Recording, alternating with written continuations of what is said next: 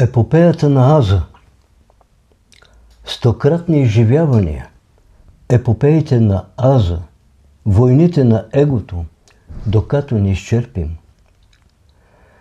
Хилядократни опити, драмите на индивидуала, илюзиите на ума, докато не изстрадаме. Милиони дихания, стремленията на сърцето, горестите на чувствата, докато не пречистим. Милиарди мигновения, отъждествяванията на себето, притежанията в огледала, докато не надмогнем.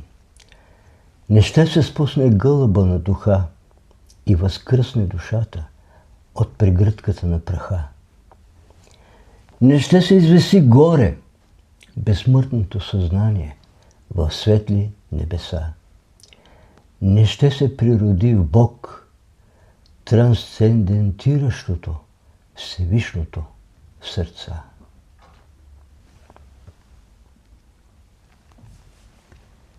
Това е супер философско. Не знам младото поколение дали ще разберат тази борба с егото, но тя е много вътрешна. Егото до една степен не е полезно да ни защитава. Нека по-скоро да го наречем култивиране на Аза, защото заигравката с понятия като егото, като истината, изиграват много лошо шега на ума. И не само шега, ами го захващат и няма отпускане, и отърване няма. И хората се отказват да разсъждават и дори да мечтаят по тия теми. А това е напълно достижимо. Както цялото човечество така или иначе се култивира, израства в много посоки, много посочно, нали? Така и Аза има възможност да расте, да стане по-фин, да стане по-същностен, да стане по-божествен. Просто си зависи от ума. Да култивира своя вътрешен свят, който да притворява във външния свят. Да. Защото наистина каузата да се бори с егото е загубена. То не подлежи на борба. Човек трябва да си култивира вътрешната си същност и тогава то ще се свие във ъгъла егото и тази вътрешна същност ще ни ориентира единствено и само към радостта.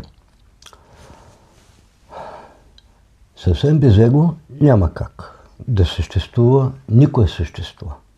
Нали? А въпросът с егото е следният. Трябва да бъдеш в хармония с Вселената и с другите същества. Защо? Защото така или иначе ти си симбиот. Не можеш да съществуваш сам. Всички ние, 8 милиона и 400 хиляди форми на съществуване, които Всевишния е създал, сме симбиоти. Свързани един с друг. Живеем свързани един с друг. Нямаме друг живот. Не можем. И макар външно да не го виждаме, нали? Ако се замислиш, тогава го осъзнаваш. И всяко неразбиране на тези неща поражда големи суматохи в света и бъркотия тотална. Да. Точно за това прекаленото его води към разрушаване, деградация. И на вътрешното, и на външното. И на вътрешното, и на външното, да. А когато осъзнаваш и за това Исус предупреждава. Обичай ближния. Защо трябва да го обичам ближния? Ами ето защо. Защото ти без ближния не можеш. Няма как да съществуваш без ближния. Той прави хляб, той прави нещо друго, той прави